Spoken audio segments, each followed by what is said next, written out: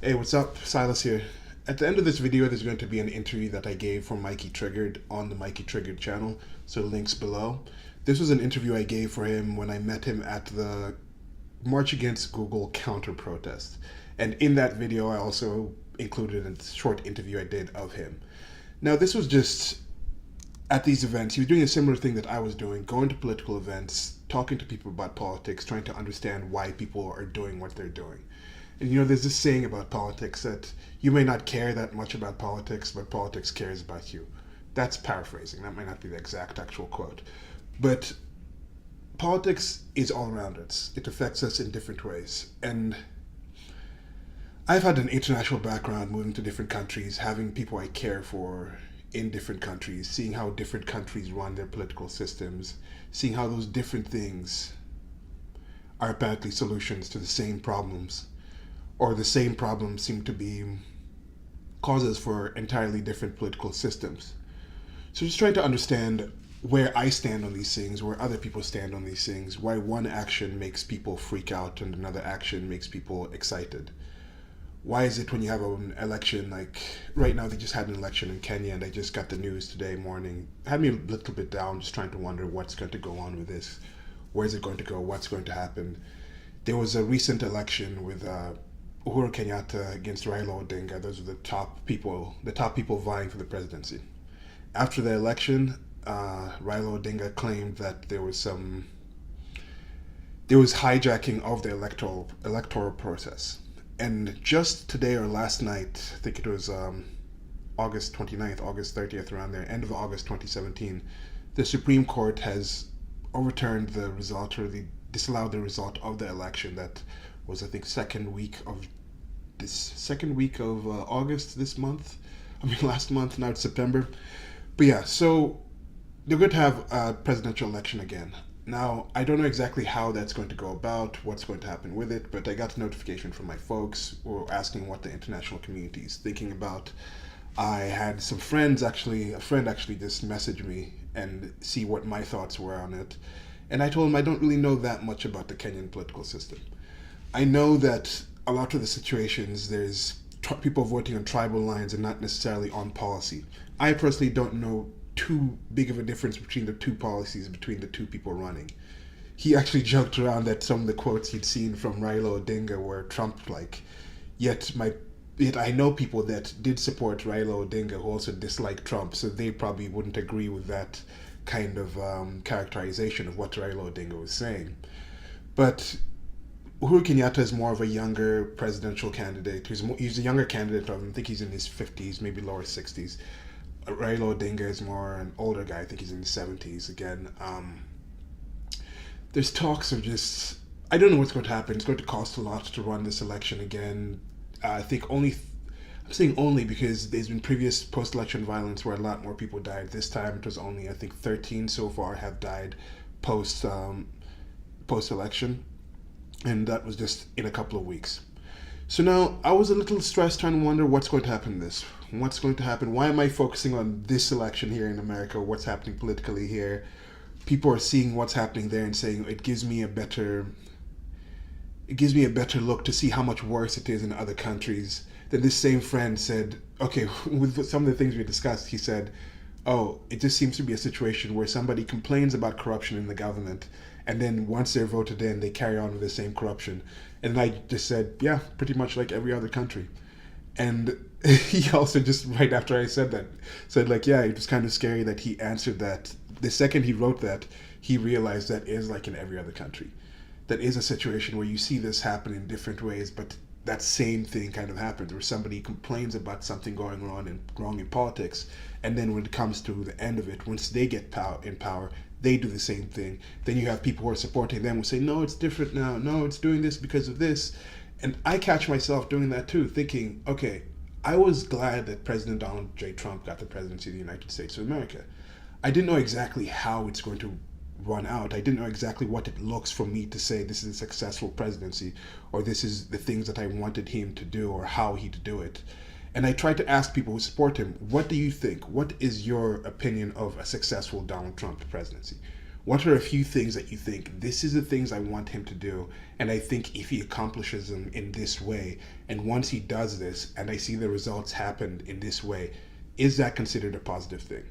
Is that something that makes you say, okay, now he's done what I wanted, this is who I am politically, this is the things I support?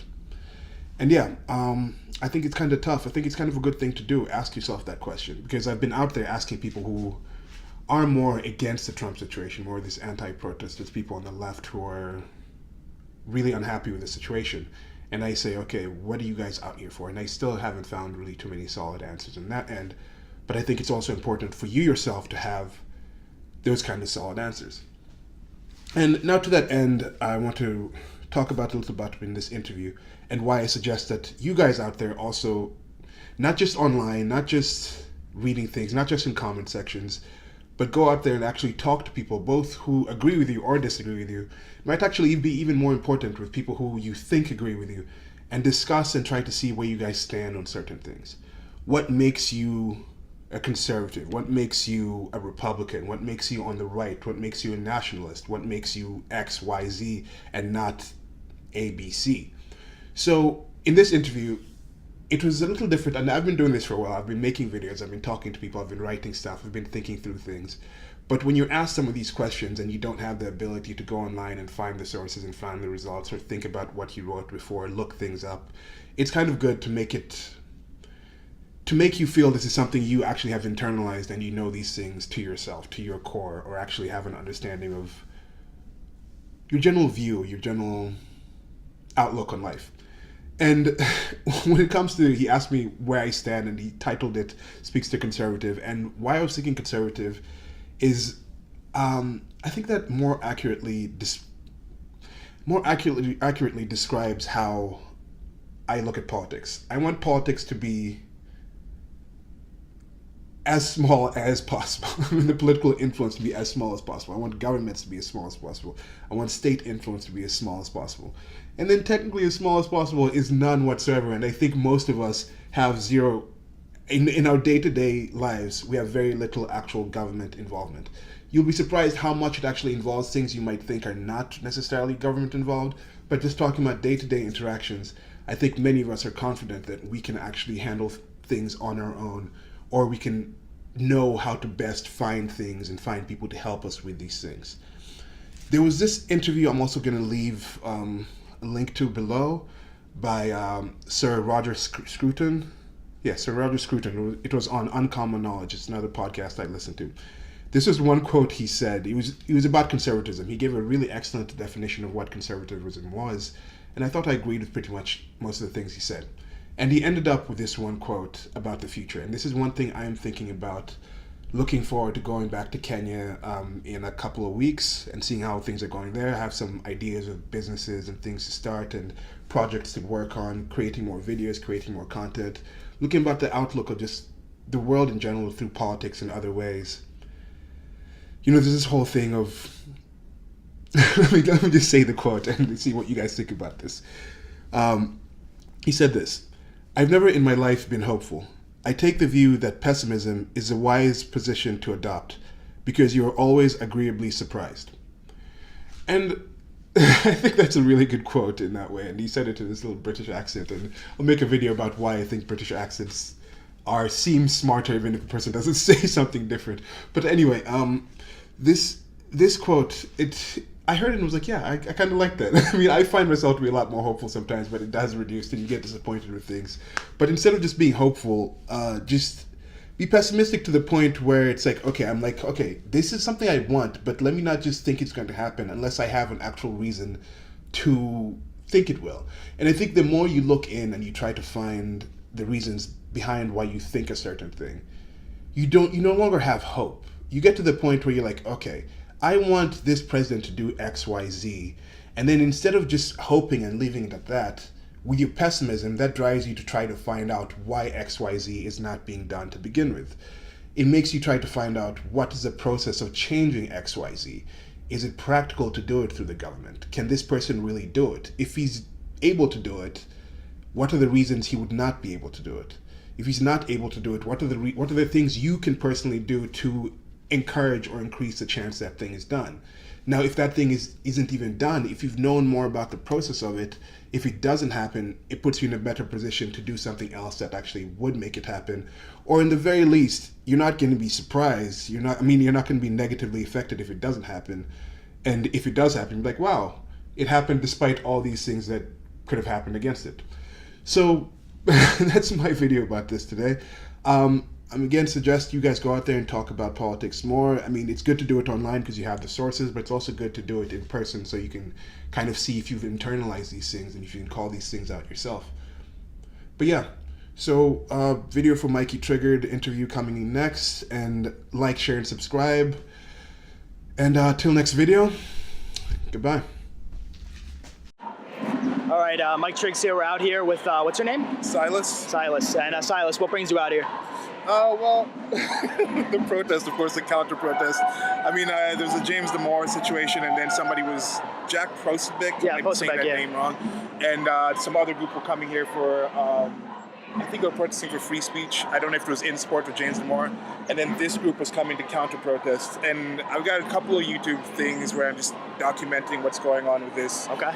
And so I decided to just come out and document what was going on with this counter-protest. So where are you on the political spectrum? Are you more, do you lean more right? Do you lean more left, centrist? I'd say more conservative, I guess, but politically I was more like ANCAP, and then just, I'm more individualist, I'd say, and then it comes from that, non-aggression principle. I don't know if you guys know what that is, you have to look it up, awesome stuff. So it's basically based off of that, then you build off of there, and then the less government involvement, I think the better, because in general, state equals force. The state doesn't exist. So you stand more for conservative, like individualism. You're more of a, I guess, well, what you're telling me is you're more of a free market principle guy too, because you don't like government in your lives. Yeah, I think people should take on, I like agency, people should take on the responsibility. My general thing is, I want to be as little responsibility, as much responsibility for myself, so my actions, I accrue the positive results of my actions and also have as few negative effects of other people's actions, if that makes any sense. So have that kind of separation there. What's your thoughts, as a black man, obviously, I don't want to bring, but what's your thoughts on these folks out here screaming, Black Lives Matter and, all these, bringing pretty much identity politics, putting, folks in different groups. After this election, they lost the presidency, the House, the Senate, the majority of state legislators, and the majority of governorships. Don't you think that they should stop with the identity politics and putting folks in groups and just treat everybody equal? Yeah, but then when it also comes to equal, there might just be use of the term equal in that sense, but yes, I think identity politics is definitely a negative thing. I'm sorry to cut you off. Treat everybody like Americans, just as Americans. Or just individuals pretty much. Yes, where it's like, yes, this is the issue, it's an American situation, and I think most definitely identity politics are very cancerous. One thing I'm starting to realize is you look at developing countries where they still have tribes, like my main experience is with Kenya. 42 different tribes, so you can actually see the tribal differences. It's very easy to see, okay, this person speaks a different language, looks a different way, sounds a different way. People can just look at you and tell you what tribe they're in. So voting is still done on tribal lines very clearly, and you have the visual aspect of it. Here, I think in America, this is one thing I've always made mistakes on. I look at some country and I'm like, okay, that's clear there, and I look back here and I think it doesn't exist here. But tribes exist here too. There are tribes out there. You might not be able to see it as clearly as you can if it's just a genetic tribe thing where it's still biological, but it's still, I think these identity groups are tribes of a sort. So as in like tribes, like putting, I'm confused with what you mean, like putting people as in like Hispanics right here, transgenders over there, homosexuals over here, blacks over here. Like, I'm confused with. Do you think we? Well, it goes. I think the reason I'm saying tribes is because if you look at Kenya, you'd say these are all black people. You'd say as a race, that's all black people. But there are different tribes within that tribe. Oh no, they have of course. Different languages. They have different cultures. They have different ideas. And that's the thing, I was talking to people in here, and I asked some of them why you're here. Some people were saying, there was a KKK march, and I was like, what do you mean KKK? And then somebody else says, I talked to one of the organizers, she actually said, yeah, we were here. She explained the Prosebeck thing, and they were coming out for that, and then she said it's about a bigger thing. But you see people coming here for different reasons, and the reason I'm saying tribe, though, is because, it goes back to that. Different racial groups have different tribes within them due to their culture, due to their ideas, due to the way they speak. And that's the thing here. People read the memo here, we could all read that memo, but we translate it in a different way because we have different languages, we have different cultures, and what's that? Ideologies? They absorb it. Yeah, they absorb it in a different way, and that's, I think, what defines a tribe. Like, you see something with sports teams, like Yankees fans, Mets fans. Did you look at the Google memo? Did you take a look at? Yes, no, I read the memo. What was your thoughts on that? I read a memo and did a video reading the memo, and it was material I was familiar with. For me, I wasn't offended by it. I was very familiar with this information from researching before and just from observation. He was just making observations. He was making suggestions of how to have a better system. Exactly. And at the same point, also from making observations of more of the, I like saying social justice whiner because I feel there's a lot of whining involved in that. And but just in general, the leftist, more activist aspect of it, just from seeing the effect of that, I also can completely understand why they fired him, because I was like, yes, this material in here to them would likely be taken in as something extremely incendiary. And also you find out it was out in Google for a couple of weeks at least before it was made public, and I think somebody leaked it because they might have gotten triggered, like your channel might they might have gotten triggered and then decided, let me release this to everyone and shame this person. And I personally agree with his firing. I think you agree with the firing, really? Because I think if you have an ideology, I'd rather you know and make that environment as uncomfortable for people who don't share it, then those people can leave and create something better somewhere else. So what you're saying is, as a general, you're for private company. Well, it's not really a private company. It's a pretty much it's a public corporation at this juncture. And it's massive to the point where people are thinking it might be a monopoly. But then also, can a monopoly exist without state influence? And I don't think a monopoly really can. So you think people should get fired based on different, I guess, political ideologies? Is that what you're insinuating? I don't mind it, and I think really? I think it would actually end up hurting Google if they did that. And I think that's the positive thing. Let Google do that. Let Google focus on hiring people for social justice reasons, for equality reasons. Yeah, but don't you think you should hire a person based on merit rather than a skin color? Of course. So that was pretty much he wasn't even expressing. He was just saying, should we be doing this? He was making a general statement. No, but that's what I'm saying. What I'm saying is Google needs to do that and be expressly doing that. Then everybody who wants to work for merit will leave the company, and the companies that want to hire for merit will all of a sudden have this massive pool of people to hire from, and they will create a better product than Google. But that's what his point was, though. He was saying that we shouldn't be just hiring somebody based off their genitalia. Well, he wasn't really even saying that. He was just questioning. He's like, should we be doing this? So, I mean, what's the problem? Why would anybody be against that here? It's like it's pretty much, he went out of the groupthink, the guy, even though he's a leftist too. We know his politics. The guy was a leftist. He was with them. So he went out of the groupthink just a little tiny bit, and they shunned him and they fired him for that. And these people are for it. That's that's fascistic type tactics. Yet that's you're gonna set a precedent like that. Any private business, if you think differently, you should be fired. That's a terrible precedent to set. I think that's good. Look, what I'm saying is they should do that, because there's people working in Google now that think it's not that bad. And then once they do realize it is that bad, they will leave. And my prediction is Google will crumble. And those people, it's not like we'll stop needing tech, we'll stop needing these services. Those people will not stop being capable people. They will just be freed, and then the market will find other uses for these people. Because I really think you have a lot of people in an institution like that. If they're hiring half the people, not out of merit, those people are dragging down the effectivity, and the positive aspects of the people who are there for merit. So if you had a situation where even half the people from merit left and worked in other companies, where that company is 100% focused or majorly focused on merit, I think they will work better, they will be happier, and the greater society will benefit from those people being freed from the shackles of these equality, diversity programs, which don't necessarily focus on